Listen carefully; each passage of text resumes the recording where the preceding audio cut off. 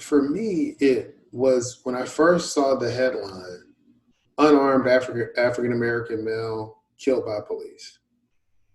I was numb to it because it's not as if this is the first time that something like this has happened. So I didn't think twice about it. And I fully expected some contrived story about how the officer feared for his life, and therefore the officer shot the black man, and the killing was justified. The officer goes back to work, and the black family has to live with the aftermath of the death. And it wasn't until a few days later that I actually saw. In the back of your mind, your dreams should be real, right?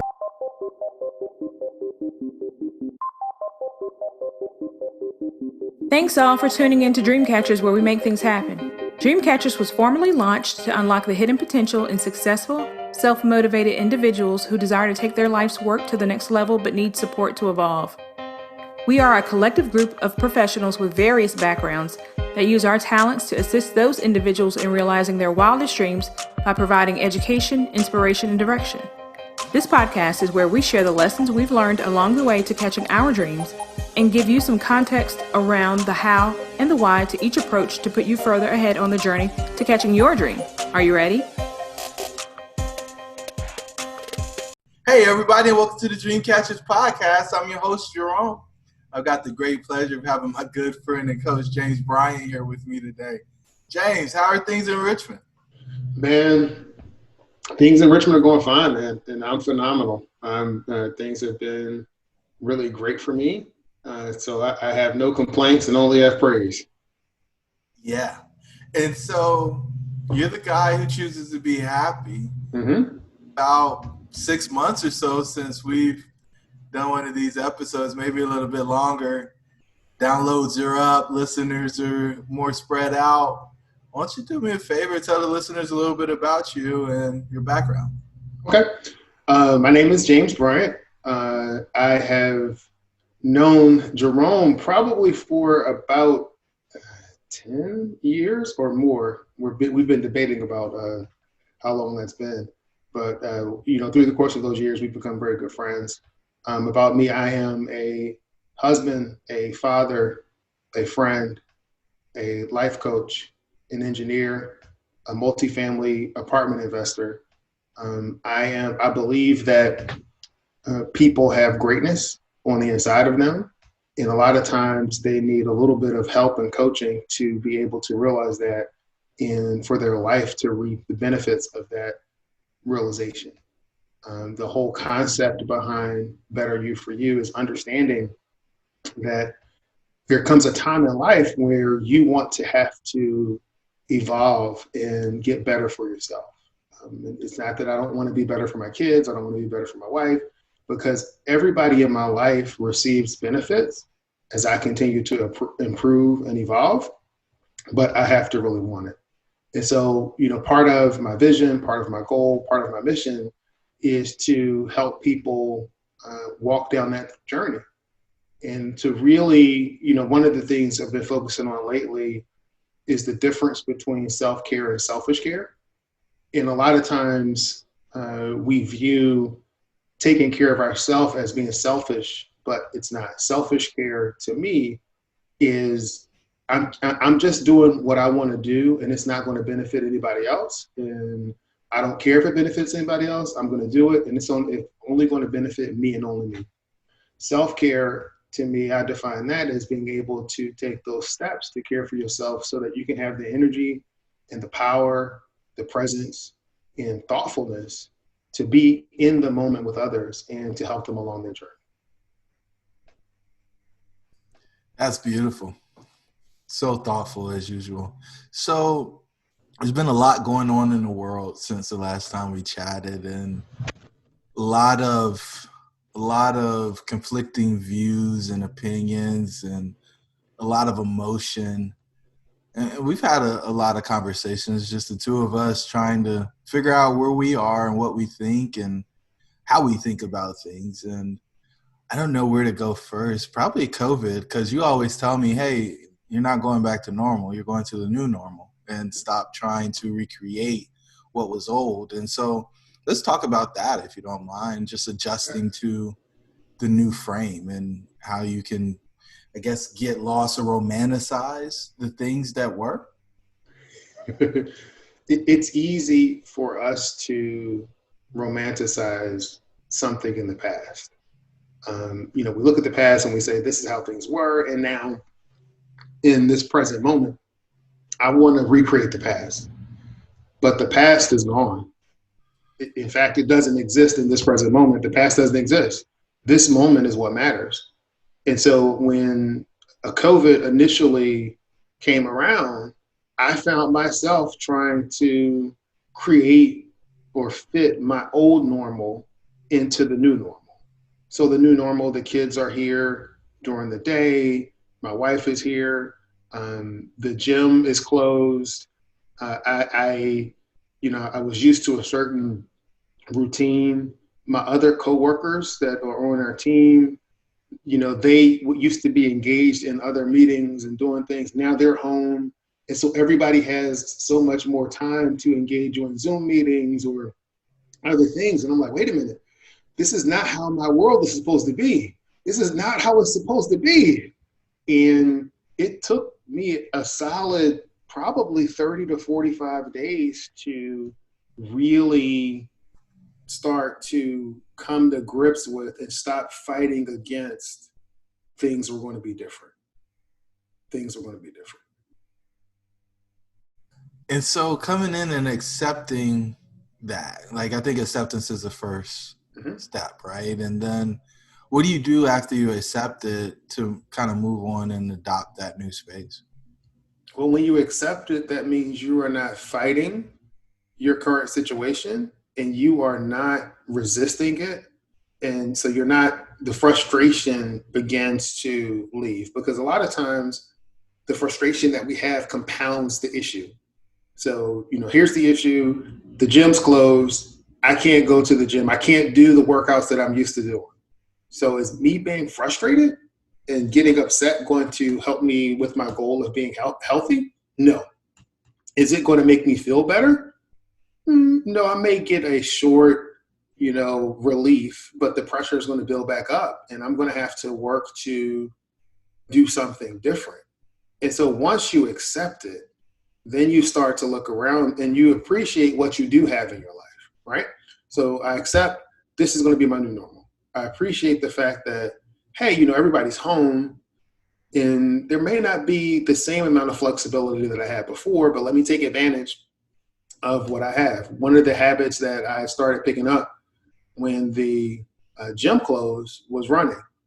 Now, for me, I am a 6'3", about 300 pounds. I never in my life was a runner. And I always made excuses for not running. And that was, I'm too big. I have bad knees. My feet are, jacked up. I'm not going to be able to really do it. So I'm not a runner. And then one day, I was on a Sunday, actually, I was sitting in the house and I started to visualize myself running. And I sat there for a good hour, just visualizing myself running. And the next thing I knew, I had on my shorts and my running shoes and I went for a run. Now, for a lot of people, going out for that run didn't mean anything. But for me, it was a monumental shift in how I think and how I saw myself. Because a lot of things that you talk about with Dreamcatchers is your self-image. So the self-image that I had before that moment was I couldn't run. I'm too big. It's not going to be something that I can do. I would actually see other people running and quietly envy them and, kind of look at them and be like, man, that should be me one day.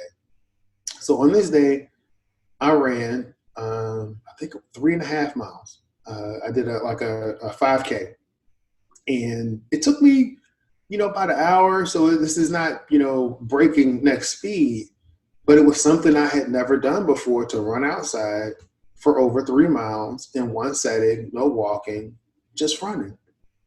And I remember I came back, from a run. I got in front of my house and I called Jerome. I called you.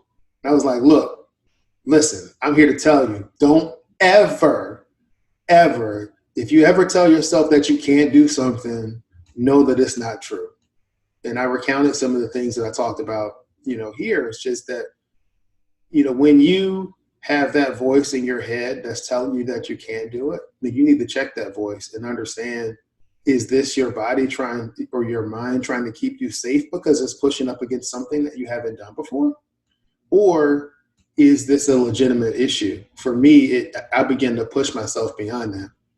And before the gyms opened back up here in Richmond, I would go out running 3 to 4 times a week. Now I've pared that back because Orange Theory is open back up. So I'm going to Orange Theory every day. In fact, I'm still sweating because I just finished my workout about less than an hour ago. But no more excuses. If there's something that you want to do, know that you can do it. So I think that is like amazing, right? And if you think about who you were, let's call it 24 months ago, to who you are today, and the shifts that you made along the way. And, you weren't at 300, you were bigger than that. Yes. Heavier than that. And you made your way back down, and, you set a goal and you actually reached that goal. And, the other thing that I've learned with the new normal is sometimes you just eat because you want to eat. Like you're indulging in things that probably don't make the most sense. But, with that said, I think fear is something that a lot of us are letting control our lives. And it's causing many of us to make some pretty unsavory decisions. I'll put it that way. I've heard people talk about their businesses are failing or they're paring their business back. And there are other people who are growing exponentially, right? And so I think it's amazing and awesome that we can choose what the environment actually means for us. And, maybe we should go down that path of fear and what it means and why we shouldn't let it dictate our life or govern our life. Okay. A lot of it is our minds trying to keep us safe, right? We want to keep safe. This is the routine that I have. This is to keep me safe, and I don't want anything that's going to challenge that safety. But change is going to happen. And so the question is, do you guide that change and direct that change that can move you towards growing, or do you just let change happen? And fear is a real issue. And the fear sometimes is real. So did I fear that I was going to hurt my knees or not be able to walk after I went to run? I think there was a little bit of that. Did I fear that something was going to go wrong?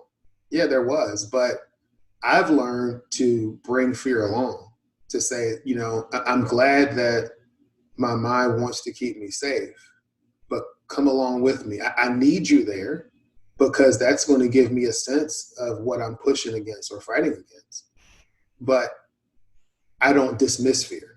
Some people will say, just dismiss fear, ignore it, keep moving forward. I say bring it along, because when you try to dismiss it and you put it in a box and ignore it, it tends to break out even stronger than what it was before. So I am not a proponent of blotting out your fear. I'm a proponent of accepting that it's there, accepting that I'm fearful, and then start to understand, why am I fearful? I think the why in everything matters, right? It's just a way of life and practice. And so there's been a lot of race talk, right? And it's all been around fear and the lack of exposure or interaction with people from different races. And so, I made a post on LinkedIn and it had about 27,000 views and tons of comments and likes. And we were able to open the door and have a few conversations. And the question that I asked was, do I scare you?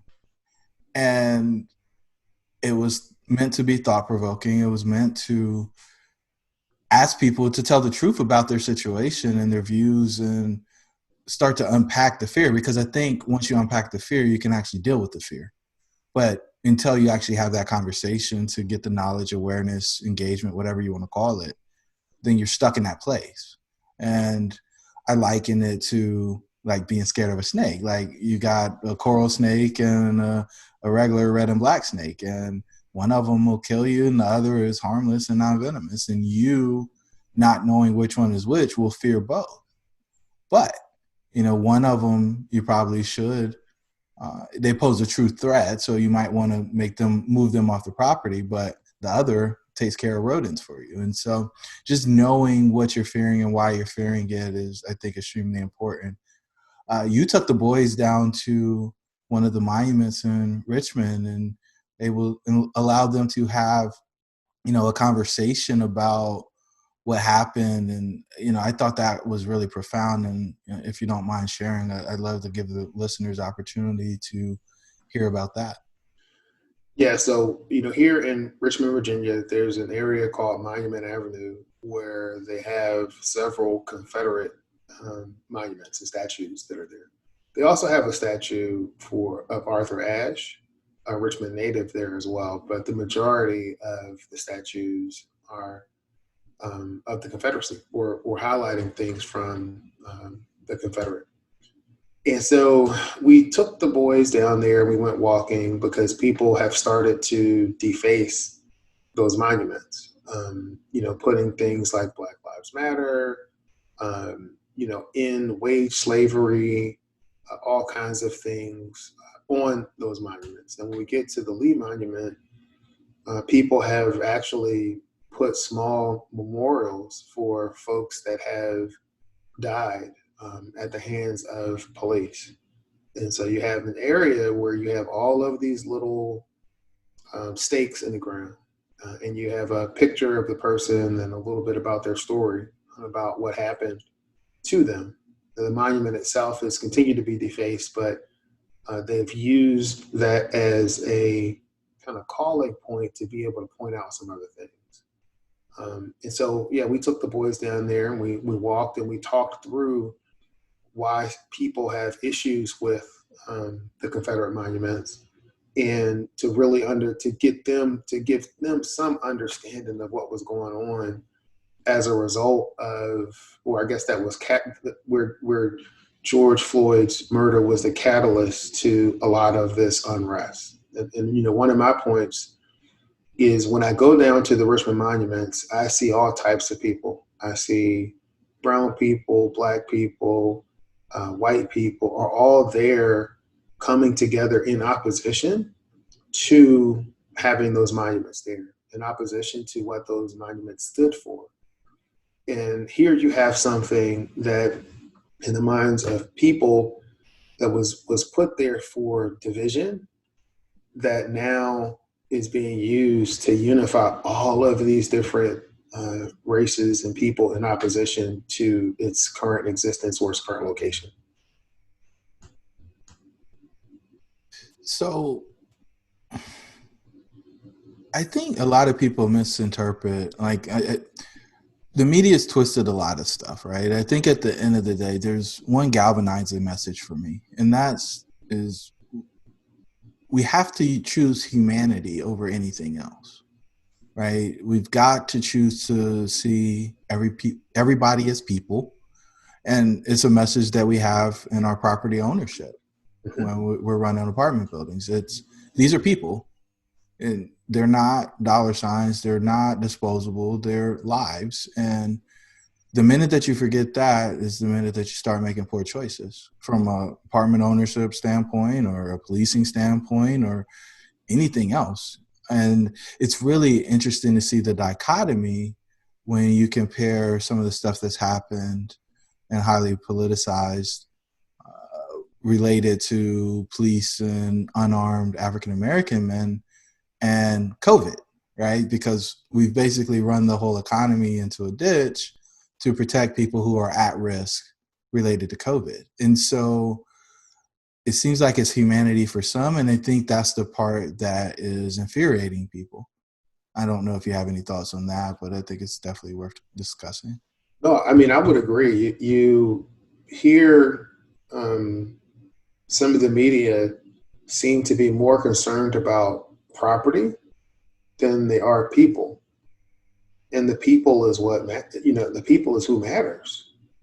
And there is a humanity in it all. Whenever, what I see when I see a defaced Confederate monument and I see all of the different things that are written on there, I see people in pain that are trying to find a way to express themselves. Is it the right way to express themselves?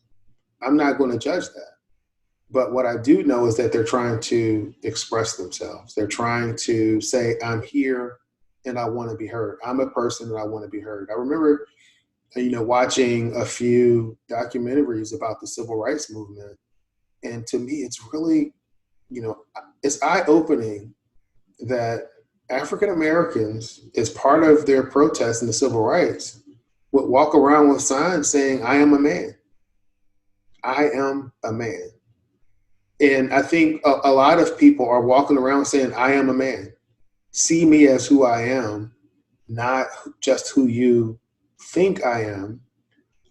See me, for who I am. Because what I've said is that there are a lot of quote unquote racist comments, but I don't think that everyone that makes a racist comment is a racist person. I do believe that there are stereotypes and biases that have been formed through the lens of racism. And those stereotypes and biases run through all cultures, through all races. And those are the ones that we have to be aware of and to check. So, I've told the story about a guy in graduate school. We were in graduate school together, in the lab together. This gentleman was from a different country. He came into the lab and we would work side by side. But every time there was a situation where he and I would be in the lab alone, he would get really nervous and find a ride back to campus or back to his apartment to get out of there. So this went on for several months.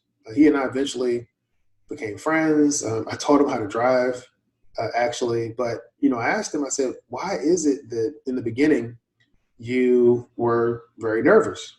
He didn't want to answer, but eventually he did answer. And his answer was, he told me that he thought that I was quite violent.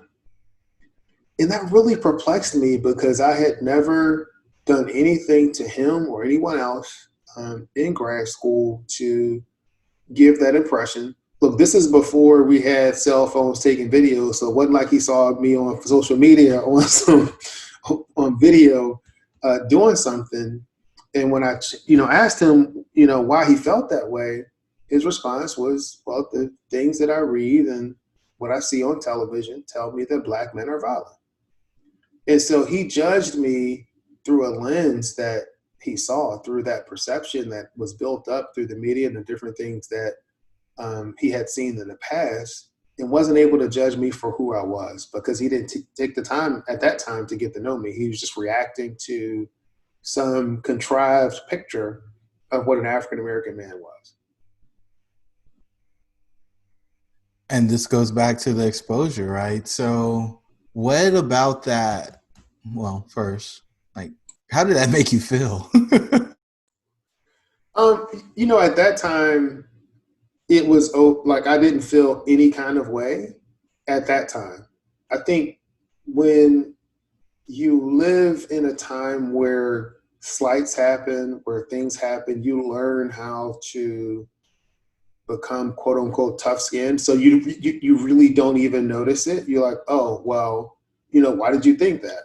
And then you keep going because at that time when we had that exchange, we were friends. So it wasn't as if the friendship was going to end because of his past views of who I was. For me, it was more trying to provide him some exposure to let him know that, no, that's not the case. And hopefully when he interacts with African-American people in the future, he would not immediately assume that they were violent because of his experience and exposure to me.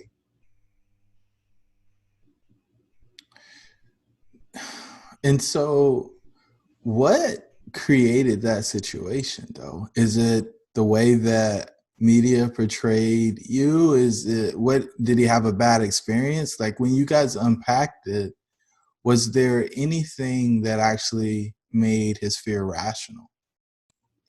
No, there was no rationality to his fear in terms of his own experiences. This was all things that he saw, um, in his home country, looking at the different media and different things that portrayed African Americans, period. Got it. Okay. And so the one other thing that we talked about that I thought was worth capturing here and memorializing was the fact that you felt numb when all the news broke about George Floyd. And I'd like to dig into that a little bit because I think it's counter to what a lot of people will expect. I think people expect everybody to be outraged and in fury and so on and so forth. But this story is really compelling. For me, it was when I first saw the headline, unarmed African American male killed by police. I was numb to it because it's not as if this is the first time that something like this has happened. So I didn't think twice about it. And I fully expected some contrived story about how the officer feared for his life, and therefore the officer shot the black man, and the killing was justified. The officer goes back to work, and the black family has to live with the aftermath of the death. And it wasn't until a few days later that I actually saw the video that something else, I began to feel something different. Because when you see the humanity of the situation, and you have the officer, he has his knee on his neck. People are telling him, hey, the guy can't breathe. Mr. Floyd is saying, I can't breathe. You can see all kinds of issues that are going on there. And when you see that, in my mind, it was like, wait a minute.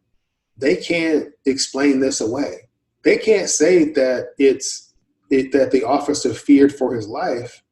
I mean, at one point, I believe several people had their knees on Mr. Floyd. So when that happened, it was like, wait a minute. Here was a guy fighting for his life, or fighting in terms of wanting his life, wanting to stay alive, and the officer's there with his knee on his neck and kind of nonchalantly there, and you can see the life leave Mr. Floyd. And in that moment is when I began to feel just an overwhelming sense of sadness for Mr. Floyd and his family, sadness for the police officer, not anger toward the police officer, but sadness because to me, you have to be in a pretty bad position to disregard the humanity of someone else in the manner in which he did. It all comes back to the same place, man. Humanity and love. I think that's the only way that the world actually works as we designed it or hope for it to be designed here in the US. And so how do we get back to that place? How do we find that space? And how do we actually be the change that we want to see in the world? I think we often look, and we should take advantage of the political processes that we have in our country to be able to elect leaders that are consistent with the changes that we believe need to happen. So we have to have some level of political involvement. I think we also have to have a certain level of community involvement, engaging with our police departments, engaging with the prosecutor's office, just in terms of looking at how change happens. But while that's going on, there's also the need for us to move beyond our own personal boundaries and engage with people that don't look like us and engage with people that don't think like us. And when I say engage with, it doesn't mean to convert them to your point of view. It means to actually exchange ideals and have a conversation, a two-way conversation, not a monologue, but a dialogue where you are fully present and you're fully listening to the other individual as they talk about their point of view, as they talk about the different things that they've gone through or their experiences, or as they talk about how they don't understand why you may feel the way that you feel. I think it's only through that kind of dialogue that we begin to chip away at the stereotypes and biases that has been formed through the lens of racism. Chip away at it a little bit at a time. You're not going to be able to abolish it, not right away. It's not like all of a sudden you're going to snap your finger and, everything's going to be different. But it has to work from the top, from the political process, the neighborhood process, or the community process, and the individual process. And this is how we need to engage and tell that story and to make that shift so that for my children, for your children, they won't have to face some of these same issues that we face today. And I mean, I think our parents have made it better so that we live in a world that's better than what they lived in when they were coming along. I remember intensely people trying to make the comparison of the killings and the murders by some of the police officers across the country to water hoses and dogs being sicked on protesters. And I don't see the parallelism there. I think those are very different things and things that have changed dramatically for the better. I think they are different. And yes, things have changed, but they may have taken a different form or a different shape.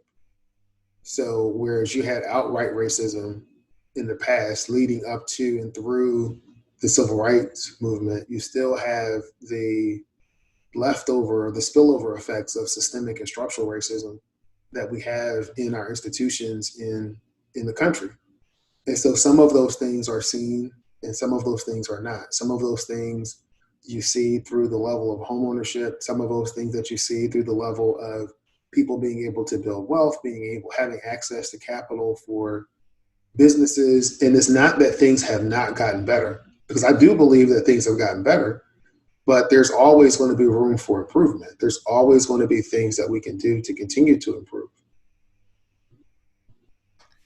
And so when do we know that we've had success? Because there's always opportunity to get better, or, the biggest room is always a room for improvement. So when have you actually established success and outrage isn't actually necessary? That is a difficult one to answer, my friend. I don't have a statistical answer to give you. You can say, when the rate of change or success in different metrics are similar or comparable, when you start looking at the different social economic breakdown. One of the things that I think, if we continue along the path that we're on, we'll still face some of the racial issues, but there's really going to be a big social economic issue between the haves and the have-nots. And I think at the pace we're going, maybe not with our children's generation, but if we continue on that pace, then I think that's the economic divide is going to be the biggest divide.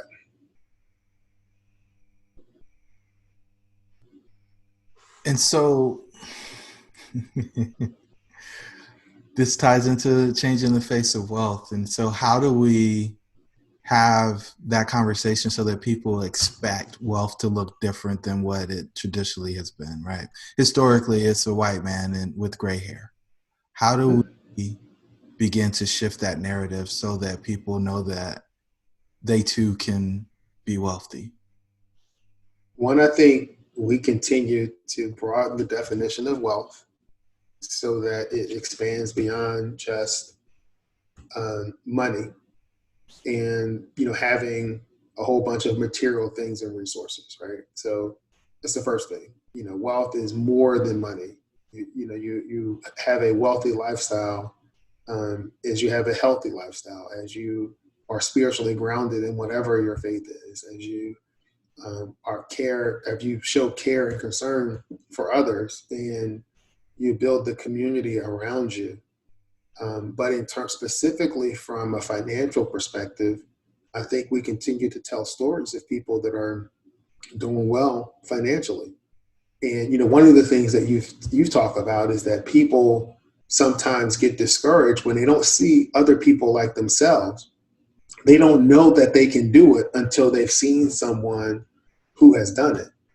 And as we tell the stories, as you tell the stories on Dreamcatchers, as you are engaging people that are in that wealthy place, then we create more exposure that people can identify with to say, oh yeah, that's that James Bryant guy. He chooses to be happy and he invests in apartment complexes because he thinks that he can do well and do good at the same time. He has investments that are aligned with his values. So we have to continue to tell those stories.